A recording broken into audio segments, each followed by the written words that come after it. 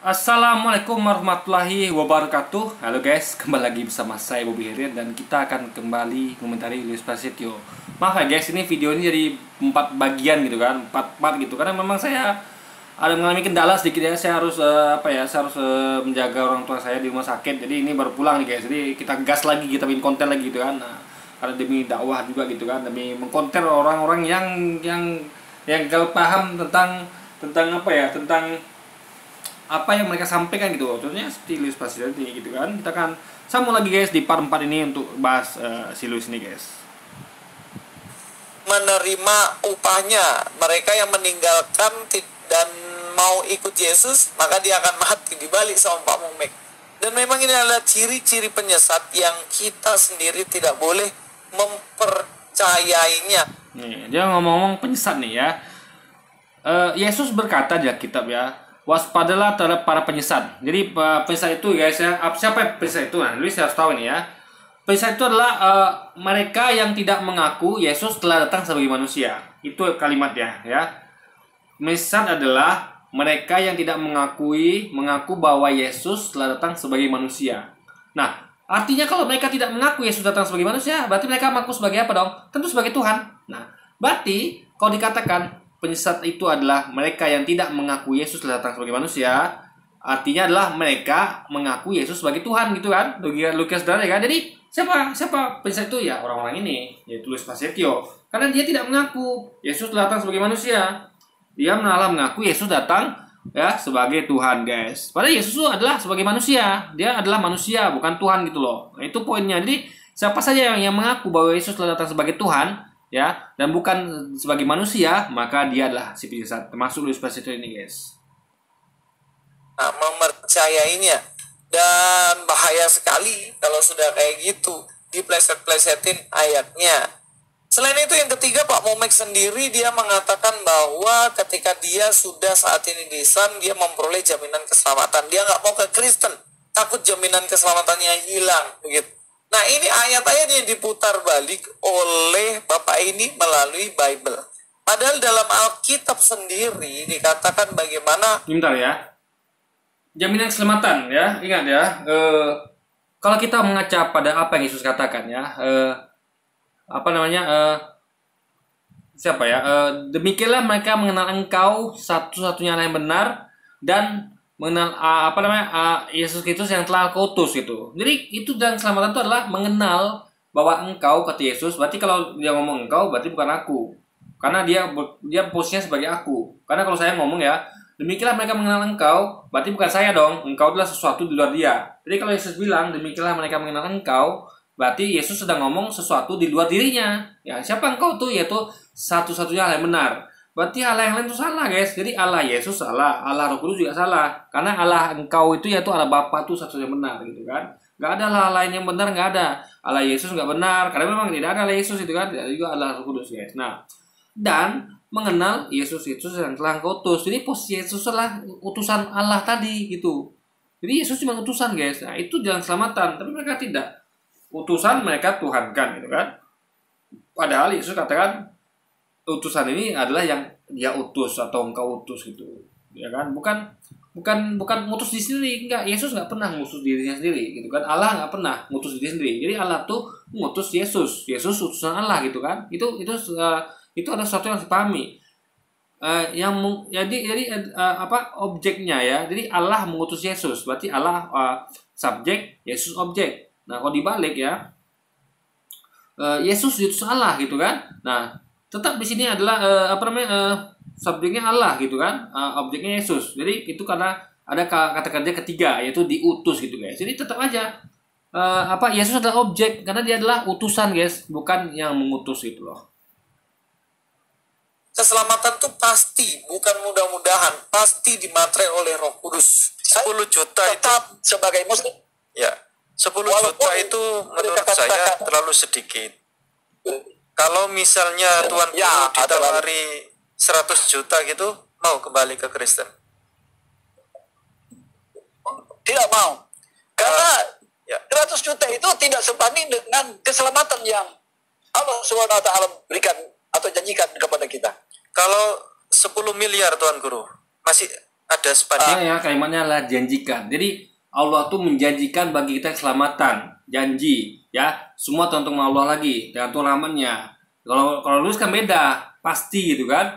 Jadi nggak ngerti konsep kayak kalau ada janji dari Tuhan, nah Tuhan tuh akan menepati kalau kita sesuai dengan pandangan Dia. Nah, masalah kita kan belum tentu sesuai dengan pandangan dia karena dia nilai kita gitu. Kita merasa kita udah bener, udah baik, rupanya ada yang salah kita gitu yang kita nggak sadari karena kekurangan pengetahuan kita, karena kita tidak mau tahu gitu kan. Nah, dia yang tahu. Nah, untuk itu Jaman Selatan itu adalah mudah-mudahan janji. Jadi Tuhan tuh berjanji, tidak memastikan. Jadi Tuhan tuh hanya memastikan setelah semuanya tuh nanti di di sidang di hari akhir nanti ya, di hari pembalasan, hari perhitungan gitu kan. Itu baru nanti Tuhan itu yang memastikan. Jadi sekarang tuh Tuhan tuh baru memberi janji gitu. Yang makanya kita harus sesuai dengan dengan yang dijanjikan itu agar kita tuh dipastikan dia nanti ya untuk masuk ke dalam surganya dan diberi keselamatan, guys. Kira-kira 10 miliar berarti saya telah mengkhianati panggilan. Ya. Kita mendapatkan 10 miliar, lalu kita sakit setiap hari, ataupun jiwa kita putus. Apa gunanya 10 miliar itu? Sebaiknya susah, menderita seperti sekarang ini, tetapi sehat. Ya. Sampai sekarang saya sehat. Terus terang Pak Ustadz, saya tidak pernah sakit. Ya, dari beberapa statementnya itu absurd ya, aneh dan gak masuk akal ya. Yang pertama adalah ya dikasih 100 juta ya gak sebanding dengan dirinya, bahkan 10 miliar juga gak sebanding dengan dirinya, karena di agama yang sekarang ada jaminan keselamatan. Itu yang saya bilang, bukan sebanding dengan dirinya, gak sebanding dengan keselamatan yang dijanjikan. Jadi lucunya gak bisa nyimak, guys ya. Jadi bapak tadi bukan menghargai dirinya di atas 10 miliar, bukan ya, tapi dia mengatakan bahwa itu kan sebanding dengan keselamatan yang akan didapatkan nanti gitu loh, ya kan. Jadi Anda, maksud bapak ini adalah Anda milih nggak selamat atau 10 miliar gitu loh. Nah, dan ini sih nggak paham kalau keselamatan itu nggak ada nilainya. Anda mau dikasih berapapun itu, mau 1 triliun, 1000 triliun, kalau nggak selamat berapa gitu loh, ya kan. Nah, jadi untuk apa Anda mendapatkan uang itu tapi Anda mendapatkan sisa neraka yang kekal dan tidak masuk ke dalam surganya? Untuk apa coba, ya kan? Jadi tidak ada orang mau menukar keselamatan dengan uang berapapun, Luis. Nah, itu tidak paham. Jadi bapak itu bukan sedang membicarakan nilai dirinya, tapi nilai keselamatan itu sendiri. Bahwa keselamatan itu mahal harganya, tidak ternilai dan tidak boleh dipertaruhkan untuk uang, guys. Nggak boleh. Uang itu tidak bisa memberi keselamatan gitu kan. Uang itu ada kadar masa berlakunya. Selama Anda hidup di dunia, Anda bisa menikmati uang itu. Tapi setelah Anda meninggal, uang itu tidak berguna lagi untuk Anda gitu kan. Jadi dan Anda akan digantikan dengan siksa yang kekal di neraka kelak kalau Anda itu tidak berusaha untuk mengikuti apa yang Tuhan janjikan kepada kita semua gitu loh. Bagaimana jaminan keselamatan justru di dalam Kristen itu dijamin banget. Coba perhatikan bagian ini. Supaya kami yang sebelumnya telah menaruh harapan pada Kristus boleh menjadi puji-pujian bagi kemuliaannya, di dalam Dia kamu ya. Supaya kami yang sebelumnya telah menaruh harapan. Jadi ini juga harapan atau kalimatnya mudah-mudahan. Saya berharap mudah-mudahan. Jadi nggak ada kepastian juga, guys. Supaya dengar ya di Efesus nih ya, supaya kami yang sebelumnya telah menaruh harapan pada Kristus gitu, boleh menjadi puji-pujian bagi mulanya. Jadi ini poinnya adalah menaruh harapan, alias semoga, mudah-mudahan. Saya menaruh harapan kepada Yesus. Saya menaruh harapan kepada Nabi Muhammad. Itu harapan, ya kan? Harapan adalah moga-moga, mudah-mudahan, ya kan? Jadi ini bukan kepastian juga, lalu gitu loh. Lalu di dalam Dia kamu juga, karena kamu telah mendengar firman kebenaran, yaitu Injil keselamatanmu, di dalam Dia kamu juga, ketika kamu percaya, dimatikan dengan Roh Kudus yang dijanjikannya itu, ya kan? Nah, janji, guys. Tahu gak? Dijanjikan. Nah, jadi lu sih nggak paham ya. Janji itu ya ditepati ya. Tuhan mungkin nggak dapat janji. Cuman apakah kita sesuai dengan yang dijanjikannya itu? Paham nggak? Jadi sama kayak misalnya kayak guru berjanji. Nanti siapa yang nilainya dapat 10 atau 9 lulus lulus ujian dan akan dapat hadiah dari saya gitu. Nah, orang yang mengisi jawaban itu masih yakin semua. Oh, saya ini nilai saya benar semua nih, saya dapat 10 nih. Faktanya kan bukan dia nentukan, dia nggak bisa memastikan itu sebelum gurunya mengecek semua pekerjaan jawaban ujiannya kan. Nah, jadi kepastian itu bukan ada di tangan dia, tapi di tangan gurunya. Dia merasa sudah pasti, ya kan? Dia merasa sudah melakukan semua yang Tuhan perintahkan. Padahal itu hanya halusinasi. Karena apa? Karena Tuhan Jadi kita tuh nggak bisa memastikan sebelum Tuhan itu yang melakukan itu, ya kan? Kalau begitu untuk apa adanya namanya hari pembalasan, hari penghitungan gitu kan? Nah, karena dia akan menepati janjinya ketika hari pembalasan itu ada nanti ya. Hari dimana amal-amal ditimbang, dihitung. Jadi bukan berdasarkan kita, oh kita merasa sudah jadi orang baik itu belum tentu, ya kan? Baik di mata Anda belum tentu baik di mata Tuhan, kayak gitu kan? Jadi kalau cuman baik saja, kalau cuman begitu saja, jadi ini loh guys ya.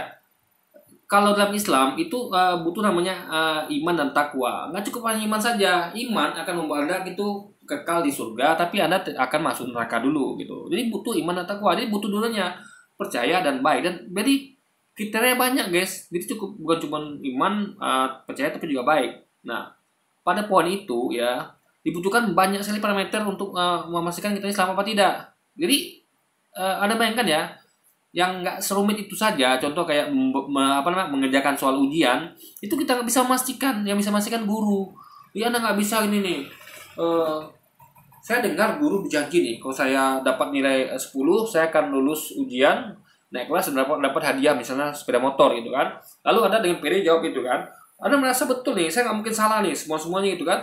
Ternyata setelah dicek, ya atau gini, Anda nggak mungkin memastikan, ore, ibu, saya bisa jawab pertanyaan ibu semuanya. Saya lulus dan dapat sepeda. Oh, belum bisa begitu. Ibu akan ngecek dulu gitu kan. Nah, jadi bukan Anda memastikan, tapi ibu. Nah, rupanya setelah cek ibu kan, kalau benar yang Anda klaim, alhamdulillah gitu kan, Anda lulus. Tapi kalau ternyata tidak, gimana? Nah, jadi tetap perlu kepastian dari guru itu untuk memastikan jawaban Anda benar. Itu hal simple guys. Nah, ya hanya berlangsung ujian itu Anda tahu ya, paling berlangsung cuma 1 jam, menjawab sekitar 1 pertanyaan. Itu masih simple lah, masih bisa Anda mengira ini bakal dapat berapa nilai saya gitu kan. Tapi kalau kehidupan ini mulai Anda dari lahir sampai meninggal, itu banyak sekali yang Anda alami. Apa Anda ingat semuanya?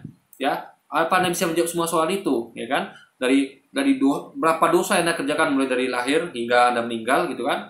Dosa-dosa, kebaikan Anda, apakah sebenarnya ada nilai semuanya? Lalu apakah sesimpel itu cuman harus percaya saja gitu kan tidak juga gitu guys. Kalau semua orang yang percaya Yesus Tuhan itu masuk surga ya kan, ngapain lagi orang berbuat baik coba? Karena tidak ada semangat orang untuk melakukan itu. Kenapa? Sama gini misalnya ya, kalau lah misalnya misalnya kayak orang mengaku Pancasila aja udah cukup menjadi percaya Pancasila aja itu sudah cukup untuk menjadikan dia itu adalah seorang yang yang misalnya jadi presiden lah misalnya. Tapi ya ada tapinya. Dia percaya Pancasila tapi dia tidak menjalankannya coba. Apa bisa dia tuh jadi presiden? Kan nggak bisa. Jadi bukan hanya percaya pada Pancasila tapi harus melaksanakan itu. Pancasila pertama Pancasila ya kan. Kedua, 3, 4, 5. Sama seperti tadi. Anda percaya Yesus juga harus mengikuti semua ajarannya. Makanya dikatakan ikutilah aku karena aku adalah jalan kebenaran. Diikutin. Makanya Dini Sumargo tuh tahu, ngerti dia. Kalau Yesus itu adalah jalan tuh diikutin, bukan dipercayain saja, gitu kan? Jalan tuh ikutin. Anda percaya tuh jalannya menuju ke Padang ya. Anda bukan cukup percaya saja, tapi Anda sudah ikuti jalan itu untuk sampai ke Padang. Kalau Anda cuma percaya, Anda tidak sampai Padang, paham ya? Anda mau ke Jakarta, dari Jakarta ke Bandung. Anda percaya jalan ini adalah jalan menuju Bandung dari Jakarta, gitu kan? Nah, Anda percaya, Anda sampai Bandung nggak? Nggak sampai. Apa yang dilakukan? Perlu 2 hal, yaitu percaya dan jalan guys. Nah, jadi kalau Anda percaya, ada jalan, sampai Bandung itu. Tapi kalau Anda tidak percaya, Anda jalan gitu kan, nggak sampai Bandung. Kenapa? Karena Anda tidak percaya. Dalam artian Anda asal-asal berjalan gitu kan. Tapi kalau Anda percaya, tentu Anda punya asumsi, punya penelitian. Oh, ini saya percaya. Kenapa saya percaya jalan ini di Bandung? Saya teliti. Ada yang pernah sampai ke Bandung atau misalnya memang ini masuk akal sampai ke Bandung karena memang dia nengok misalnya Google Maps dan segala macam itu kan, nengok video-video YouTube ini memang ini jalan menuju Bandung dan dengar cerita orang-orang segala macamnya gitu kan. Nah, dia percaya. Nah, untuk itu dia melangkah ke situ sehingga dia ibaratnya itu percaya itu adalah berdasarkan dari kajian gitu. Seperti kita percaya Yesus nggak bisa sembarangan guys, harus berdasarkan kajian.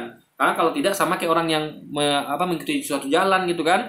Anda mau ke Bandung tapi Anda tidak teliti jalan mana menuju Bandung, lalu Anda main percaya aja, oh saya rasa ini jalan menuju Bandung nih.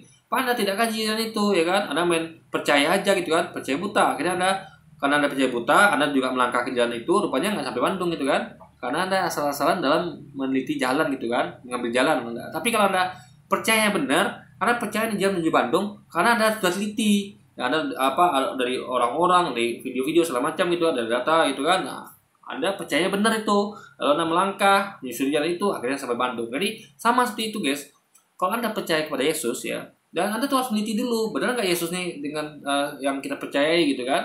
Jadi dia ngomong apa, kita harus kaji, benar nggak ini kata-kata beliau. Jangan beliau mengatakan hal yang beda gitu kan. Nah, lalu kita ikuti jalannya, baru kita sampai ke tempat yang dijanjikan. Nah itu pun perlu dia yang nilai gitu. Jadi kita nggak bisa menilai sendiri, nggak bisa, karena tetap butuh dia kan. Ingat, dia berjanji, jadi dia harus menepati. Kapan dia tepati? Bukan sekarang, bukan ketika kita percaya, tapi nanti di hari pembalasan guys gitu. Itu logikanya seperti itu ya. Karena guru juga nggak serta-merta langsung muridnya tuh langsung kerja ujian bisa langsung dia kasih kan nggak nilai. Dia kan butuh waktu, dan artian dia akan selesaikan semuanya kan. Murid-murid selesai semua, lalu biar serentak pengumumannya guys, ya guru tuh ya. Nggak ada guru tuh, oke udah selesai, sini mau ibu cek, oh kamu langsung lulus kan kayak gitu. Dia harus sempak semuanya. Dan kita pun makanya nanti namanya ada hari kiamat. Jadi kita tuh akan dihitung tuh bersamaan nanti. Nggak ada yang duluan-duluan, nggak ada. Oh kamu duluan dihitung, itu nggak ada gitu kan. Karena nanti kita tuh akan semuanya di hari jadi manusia tuh akan dimusnahkan semua kita di kiamat, dan baru akan terlihat kembali, dan disitulah kita nanti akan disidangkan bersamaan itu. Sama seperti bersamanya kita seorang guru itu sedang menilai dari ujian para murid-muridnya gitu. Juga karena kamu telah mendengar firman kebenaran, yaitu Injil keselamatanmu, di dalam dia kamu juga ketika kamu percaya dimeteraikan dengan Roh Kudus yang dijanjikannya itu, dan Roh Kudus itu adalah jaminan bagian kita sampai kita memperoleh seluruhnya, yaitu penebusan yang dijadikan kita milik Allah untuk memuji kemuliaannya. Jadi di sini ada jaminan kekal yang diberikan, justru dipastikan oleh Roh Kudus. Jadi kita tidak. Jadi jaminan yang diberikan itu adalah jaminan kalau sesuai dengan Yesus yang Yesus sampaikan gitu. Sama seperti gini, guru akan kasih jaminan kepada murid kalau dia mengikuti gurunya, dia bisa jawab ujian gitu kan. Karena dia kalau mengikuti gurunya, dia pasti bisa jawab ujian gitu guys. Jadi tetap ada kepastiannya itu ada ditentukan dulu, bukan pada kita. Bukan kita merasa kita sudah mengikuti guru kita, belum tentu. Kita merasa sudah benar jawab ujiannya, belum tentu gitu kan. Kalau gitu caranya, orang nggak perlu guru tuh. Jadi guru tuh nggak perlu lagi ngecek hasil ujian, kan tidak begitu guys. Guru tetap akan mengecek untuk menentukan benar nggak klaim murid ini. Jadi muridnya merasa deh, Bu, saya udah jawab semua ujian dengan betul gitu kan, saya dapat nilai 100, oh belum tentu ya kan. Kalau begitu caranya, orang makanya tidak perlu lagi ada guru mengecek kan. Tapi faktanya guru masih mengecek. Kenapa? Karena jangan-jangan ini cuma klaim dari orang ini. Ingat ya, yang nilai itu adalah bukan kita, tapi dia.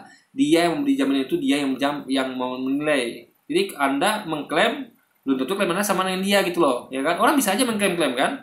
Saya sudah begini begitu, tapi tetap aja jaminan itu sama dia, di tangan dia, dan itu akan diberikan dia setelah kita semua dinilai nanti gitu loh. Jadi nggak ada yang duluan dinilai, nggak ada, semuanya akan sama. Itulah namanya biar serentak, biar semua manusia itu menerima keadilan gitu. Jadi tidak ada duluan, tidak ada yang belakangan, semuanya akan sama, dinilai pada hari yang sama sesuai dengan amal perbuatannya gitu loh. Mudah-mudahan selamat, tapi sudah pasti selamat, dan ini tentunya tidak sebanding kalau Anda dietap. Bukan mudah-mudahan selamat. Jelas tadi kalimat di awal itu adalah semoga ya. Semoga itu mudah-mudahan. Jadi lu nggak paham ya. Kalau ada kata-kata semoga itu mudah-mudahan, bagaimana pula dia katakan itu adalah kepastian gitu kan? Dia itu dikatakan itu adalah janji. Janji itu adalah mudah-mudahan juga gitu. Saya berjanji ya kan. Nah, ya kalau ada ikuti tepat janji, ikuti janji sesuai dengan yang saya janjikan gitu kan. Ada yang mengikuti itu semua. Kalau tidak bagaimana coba? Ini sekali lagi guys ya. kata-kata ini mesti ngerti, kata-kata apa namanya, harapan itu artinya adalah semoga gitu. Jadi orang ini semua akan berharap selamat. Berharap berarti bukan suatu kepastian gitu kan. Di situ tidak ada kalimat sudah pasti, nggak ada. Cuman adanya kalimat itu adalah harapan, lalu itu juga apa namanya, ada janji gitu kan, ada jaminan guys. Jadi jaminan ini adalah bukan apa ya, contoh kisah gini, gampang sederhana ya. Misalnya misalnya saya beli HP, kan ada jaminan garansi tuh. Apabila begini-begini, Anda akan dapat garansi, dijamin misalnya kan. Nah, walaupun kita merasa, misalnya nih, saya bawa barang pulang, lalu saya melakukan sesuatu yang menurut saya itu saya dapat klaim itu, jaminan itu kan, janji yang dijanjikan sama penjual itu kan, lalu saya klaim, belum tentu. Jadi belum tentu ketika saya merasa itu saya pasti dapat klaim garansi, enggak. Dia nilai dulu. Ternyata dia katakan, wah Pak, ini menurut saya Bapak nipu nih, atau menurut saya Bapak itu apa nih, ini nggak benar nih, ini bukan termasuk klaim nih, atau gimana pun itu kan, atau ini belum cukup syarat untuk dapat klaim, misalnya kayak apa ya, ya penampilan yang menurut dia tuh belum cukup untuk sampai jatuh klaim itu guys itu. Jadi kita tuh nggak bisa pandai-pandai sendiri gitu kan, tetap kita harus dia nentukan gitu apakah ini klaim ini berlaku untuk Anda sesuai dengan dijanjikan dia guys, karena dia tentu nggak mungkin Anda klaim langsung ditantangan dia tanpa ngecek lagi kan. Nah, jadi intinya adalah Tuhan akan mengecek lagi gitu kan, apakah Anda sesuai dengan Anda klaim itu kan. Jadi makanya kata-katanya adalah harapan ya kan, semoga, dalam artian itu semoga, mudah-mudahan. Lalu juga ada janji, berarti janji itulah sesuatu yang belum pasti, karena janji itu harus akan ditunaikan kepada orang-orang yang memang telah sesuai dengan dia, dan itu harus dinilai oleh dia dulu guys, bukan Anda nilai tapi dia gitu kan. Tawarkan 10 juta kemudian Anda keluar dari Kristen gitu loh Pak. Jadi yang dibalik-balik Pak, jangan kutip ayat Alkitab kemudian dibalik-balik. Dan yang terakhir dia mengatakan bagaimana 10 juta itu gak sebanding, karena percuma dapat 10 miliar, maksudnya 10 miliar tapi sakit-sakitan, karena dia di agamanya yang sekarang tidak pernah sakit. Pak, mengenai sakit dan tidak sakit, mau Kristen mau Islam tetap akan mengalami namanya sakit dan mati. Coba lihat ustadz-ustadz, banyak yang meninggal. Pendeta-pendeta banyak yang meninggal juga. Jadi kalau alasan Anda tetap di agama Anda karena Anda nggak pernah sakit, tunggu. Nanti kalau sakit, saya mau lihat apakah Bapak masih punya prinsip seperti itu. Semua manusia pasti akan sakit. Tapi dalam Kristen, dalam pengikut Kristus, ada keselamatan yang dipastikan. Pasti, bukan mudah-mudahan. Oke, itu aja dari saya. Luis Pas. Nah, saya bahas dulu ya. Ini sebenarnya ada sedikit miss guys. Kamu saya ya, Bapak tadi itu ya, maksudnya adalah sakit-sakitan dalam artian apa ya? Ibaratnya gitu loh guys, Anda meneruskan sesuatu yang Anda tidak yakini. Paham nggak maksudnya? Jadi orang itu guys ya, orang tuh akan hidupnya tenang. Kita akan mencari ketenangan. Kalau Anda tidak yakin, Anda ngapain meneruskan itu loh maksudnya. Jadi maksudnya tuh sakit-sakitan Kristen itu adalah pertama tentu sakitan nanti di neraka nanti gitu kan, karena nggak selamat bagi dia. Lalu kedua sakitan kenapa? Karena tidak yakin. Anda nggak yakin apa dipaksa. Jadi sesuatu yang dipaksa itu akan menimbulkan rasa sakit. Misalnya saya nggak percaya misalnya sapi itu Tuhan. Lalu saya memaksakan diri untuk menyembah sapi, menuangkan sapi. Kalau saya teruskan itu berlawanan sama logika saya, akal pikiran dan keyakinan saya, itu akan membuat saya sakit. Coba Anda nggak yakin itu misalnya kambing atau sapi atau hewan manapun itu sebagai Tuhan. Lalu Anda paksakan diri Anda untuk menghalau atau untuk mematikan logika Anda lakukan itu. Anda tiap hari menyembah sapi atau menyembah ayam misalnya tiap hari gitu guys ya kan. Nah, atau menyembah manusia, Anda paksakan gitu. Padahal itu dengan logika Anda dan keinginan Anda, itu akan kesehatan Anda. Anda akan sakit-sakitan nanti. Karena Anda melakukan sesuatu yang sakit gitu.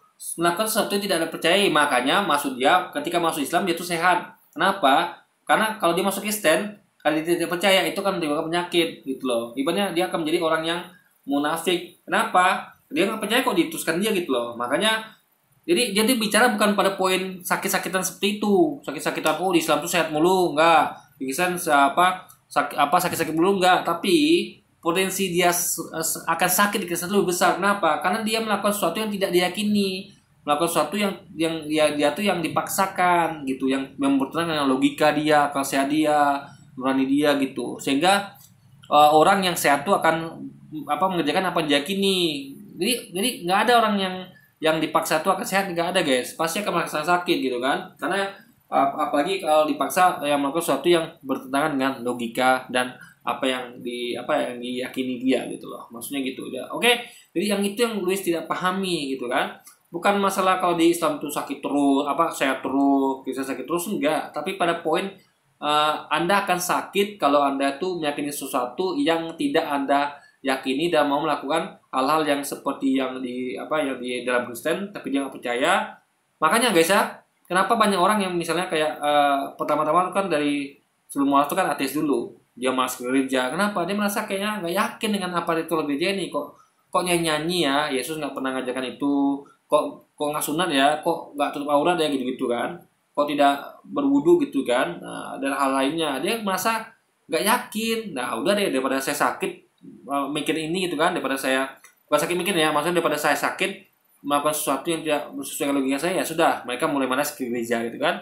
Nah karena ke gereja kan membuat mereka sakit. Kenapa? Karena mereka melakukan sesuatu yang menurut mereka tidak mereka yakini gitu loh guys. Ibaratnya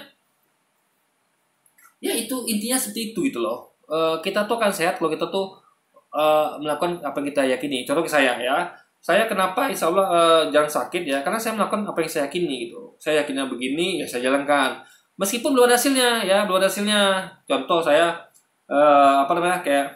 kayak apa-apa dalam pekerjaan saya tuh yang belum ada hasilnya ya, saya akan tetap kerjakan karena saya yakini itu meskipun belum ada hasilnya. Daripada saya melakukan sesuatu yang misalnya contoh gini nih, saya tidak pandai dalam hal berdagang ya, dan saya tidak yakin karena saya tidak ngerti dunia perdagangan yang real, maksudnya ya dagang yang, karena saya tidak pandai negosiasi. Maksudnya tuh nggak pandai lah, misalnya kayak dunia perdagangan itu kan adalah misalnya kita bagaimana membeli, saya nggak begitu paham gitu kan. Saya betul-betul orangnya textbook, betul-betul hanya dia layar itu guys. Jadi saya tuh merancang strategi dan semacamnya, maka saya nggak cocok. Nah saya akan sakit ketika saya paksakan untuk berdagang gitu guys, karena itu bukan bidang saya gitu kan, itu bukan sesuatu yang saya yakini. Itu ada orang lain yang masalahnya. Ibaratnya kayak Anda bukan ahli lalu Anda memaksakan diri seperti itu. Misal contoh kayak Anda itu bukan seorang dokter tapi Anda tuh memaksakan diri jadi dokter gitu. Ngerti maksudnya? Bukan kali Anda. Atau misalnya Anda bukanlah seorang pawang ular tapi Anda dipaksakan seperti itu. Intinya adalah Anda kalau Anda mau sehat ya Anda lakukan aja yang apa Anda yakini gitu kan. Nah, kalau Anda belum yakin ya Anda belajar dulu. Makanya kalau orang mau jadi dokter ya dia belajar dulu. Jangan jadi dokter tanpa belajar. Nanti dia sakit. Kenapa? Karena dia melakukan sesuatu yang tidak dikuasai dia gitu guys. Ngerti ya? Dia akan pusing nanti gitu loh. Lama-lama sakit, itu loh poinnya ya.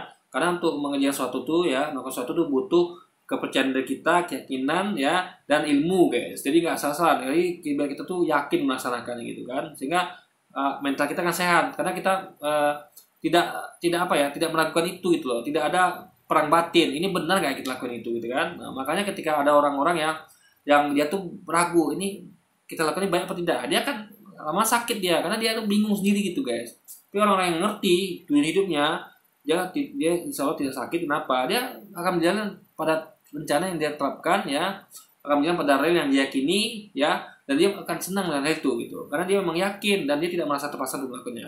Oke, jadi mungkin sekian dulu aja video kita kali ini guys. Sampai jumpa lagi di video-video selanjutnya. Wassalamualaikum warahmatullahi wabarakatuh guys.